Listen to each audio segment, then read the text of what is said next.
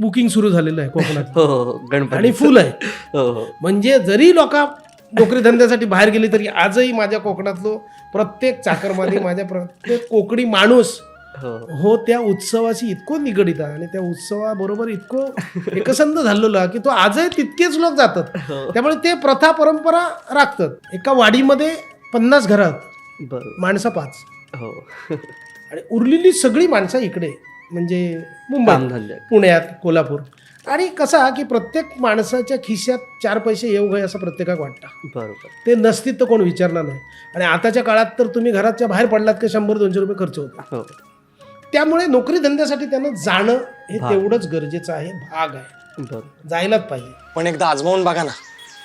तुमका वाटलं ना मी काय कामाचो नाही तर काढून टाका ना. अरे पण जागाच नाही ताई सर.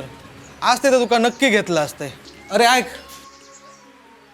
याक करू शकतोय मी तुझ्यासाठी. आमच्या कंपनीची हैसर एकच साईट चालू आहे. तडे मुंबईत भरपूर साईट असत. तुका जमत असत तर मी साहेबांशी बोलान घेतोय. तडे तुझ्यासारख्या माणसांची गरज आहे. काय म्हणतो?